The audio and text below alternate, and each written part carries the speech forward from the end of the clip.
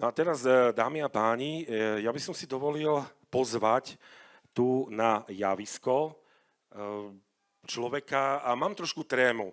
A to je zaujímavé, že prečo? Pretože sa s ním vidím skoro každý deň, niekedy častejšie ako so svojou manželkou, že sme kamaráti, je to môj priateľ, spoločník, dobrodruh a za všetko môže, hej, za strašne veľa vecí v mojom živote môže. A môže aj za to, že všetko v tom Čermeli funguje. Tie párne lokomotívy, dízlové, vagóny. Je to môj kolega z detskej železnice, Peter Kočiško.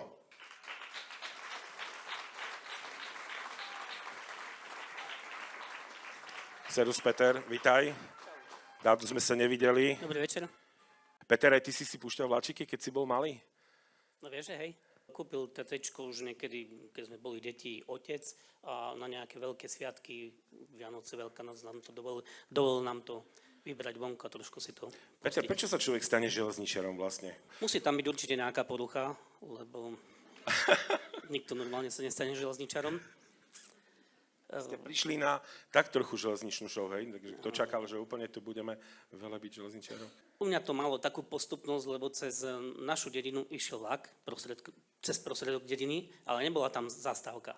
Stále sme chodili sa hrať na tú železnicu, dávali sme klince, dávali sme 10 haliarník. Vy ste chceli zastaviť ten vlak, aby stále vo vašej dedine? Nie, ale pekne to rozlisovalo a potom proste sme prišli o dobrý klinec, o dobrý 10 haliarník, ale bavilo nás to. A na Koľaniciach v našej dedine bol totiž, nestal tam vlak, ale bol 3 predcestia. A našli sme si také miesto na Koľaniciach, kde sa dalo nejakým spôsobom to predcestie zatvoriť. No a my sme sa strašne bavili tým, že sme videli, že ide nejaké auto, priložili sme nejaké želiesko, rampy sa zavreli. Auto zastalo, dvihli sme rampy, auto sa pohlo, poprosím kamery na chvíľku vypnúť, teda, zase sme to spustili.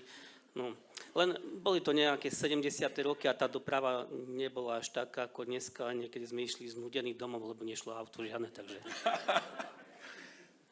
Ja neviem, koľko tu máme dnes mladých železničiarov, lebo som nebol tesne pred začiatkom vo foaje, ale dúfam, že to nepočujú, pretože ty máš u nás na detskej železnici takú povesť veľmi milého, ale rázneho človeka.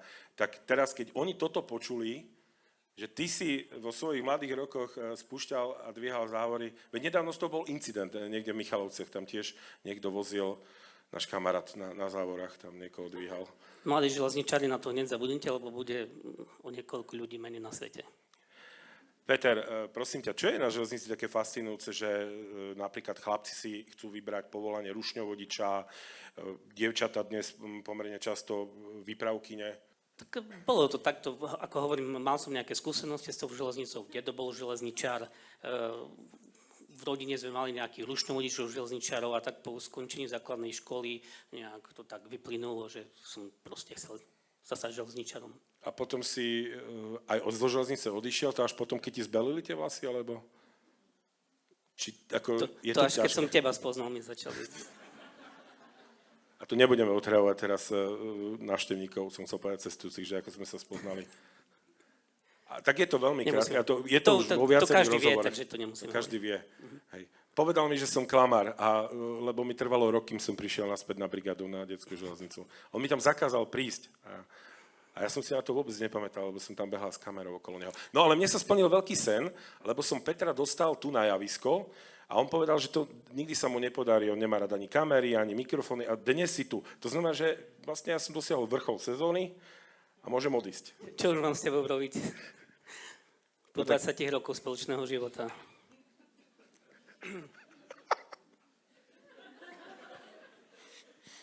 Dobre, moja manželka sedí tu vpredu a ukazuje nám, že koľko ešte máme minút, sa poviem, že mi ukazuje už len jednu. Takže... Peter... Som ti hovoril, že nevieš, čo robíš. Je to naozaj zvláštne. Adela Vincová to teraz riešila, že si pozvala 2-krát manžela.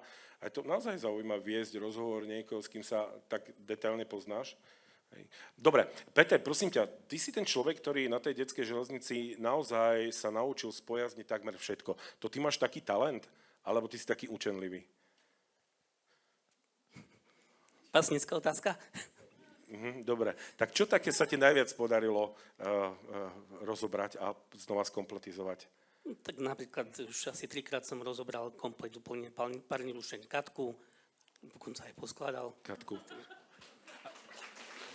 v zelenom. Áno, je to naozaj veľký pokles, pretože je to najstaršia funkčná párna lokomotíva v Európe. Má 141 rokov, takže vrtať sa takej starej pani. Na tých párnych rušňoch, hlavne starých, je tá výhoda, že všetko bolo robené tak, aby to vydržalo dlho. Že fakt niekedy tú súčiastku len treba upraviť alebo niečo na nej doplniť. Málo kedy sa stane, že treba vyrobiť novú, ale aj to sa dá, lebo na tých starých rušniach je všetko zo železa, z kovu a to sa dá. Hej, ale teraz budeme musieť novú súčiastku dať do párnej lokomotívy. Vieš, akú? Kameru. Pán minister dopravy nám nariadí, že za chvíľku, že všetci rušňoviči musia mať na stanovišti kameru. Tak teším sa, budem sa tak usmievať, aby som mal dobre... Ja som videl minule taký dobrý fór, niekde na YouTube to na mňa vybehlo, alebo niekto mi to poslal, že teda, že akože kamera na stanovišti. A to bol taký, že rušňovodič tam vedie ten vlak, drží ten kontroler a za ním tam boli normálne, že traja. Že kameraman, zvukár a ešte nejaký proste. Ja myslím, že autor tohto videa chcel jasne povedať, že toto opatrenie nás bude stať ako hodne veľa peňazí. Obo železnice, veď nakoniec to zaplatíme my všetci. Hej, Peter. Áno, to bude stať veľa peniazy, ale neviem, ako to bude, lebo bol som dneska v práci a naša kolegyňa, ktorá prišla z Marotky, bola aktívna, urobila mi kávu a dala mi mlieko, ktoré bolo otvorené 21.10. Taký som v očakávaní trošku. To bude výhybka.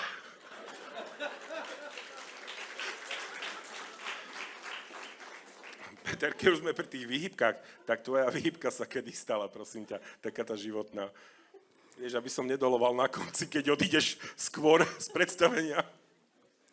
Tak neviem, no, môj život je nejaký taký vlak, ktorý vyrazil zo stanice z počiatočnej, ide do konečnej a samozrejme, že na trati ide to nejakým odklonom, výhybkou, nejakou... Možno to, že som sa dal na tú železničarskú púť. To bolo také... v mojom živote. Ty si sa dal na železničiarsku púť, takže to bola tá výhybka, ale podľa mňa si urobil ešte jednu, keď si sa vlastne z tej veľkej železnice vzdialil, aby si sa potom okľukou, nejakou koľajovou spojkou dostal opäť na železnicu, ale na detskú. Je rozdiel robiť na veľkej železnici a na detskej železnici?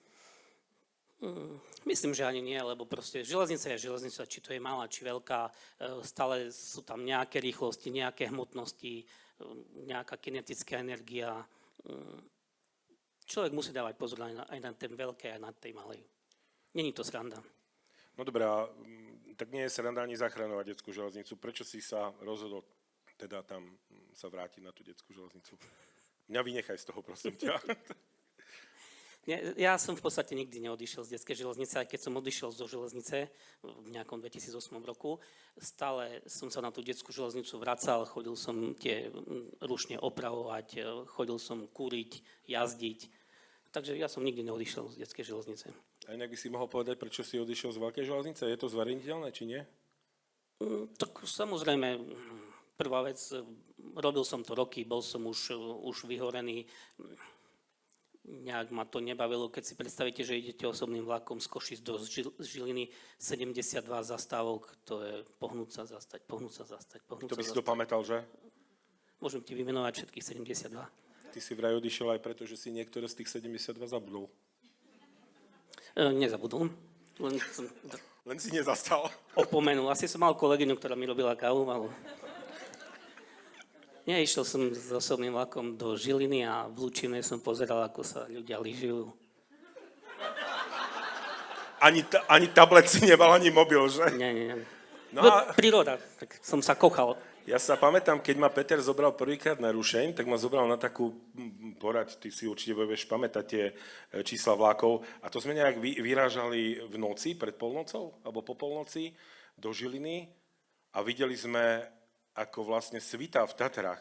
A povedal mi Peter, že toto môže vidieť iba rušňovodič. Že naozaj trať. A tedy som si to uvedomil, že všetci vlastne vidia iba z boku. Hej, to sedia vo vagóne a pozerajú dopredu, dozadu, možno nejaký zúfalec úplne z toho posledného. Áno, je to jeden z najkrajších pocitov rušňovodiča, keď si tú krajinu môže pozrieť, keď si zoberiete tú cestu do Žiliny. Najprv idete smerom do Tatier, Hornáckou kotlinou, potom sa prevalíte do tej Vážeckej kotliny, vidíte Vysoké Tatry, Nízke Tatry, Fatru. Je to fakt.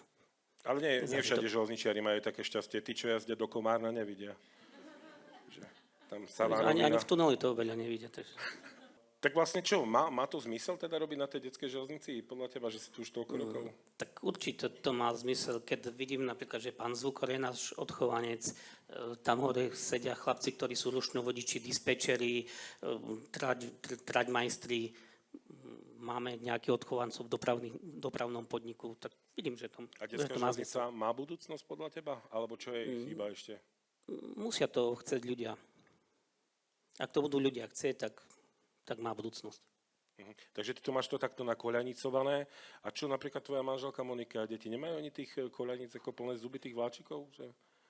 Či ako to je vlastne doma? Tak po 30 rokoch spoločného života, tak už... V jednom rozhovore spoločnom som tak na neho prezradil, že keď sa mu narodili chlapci, tak musel chodiť na umývačku.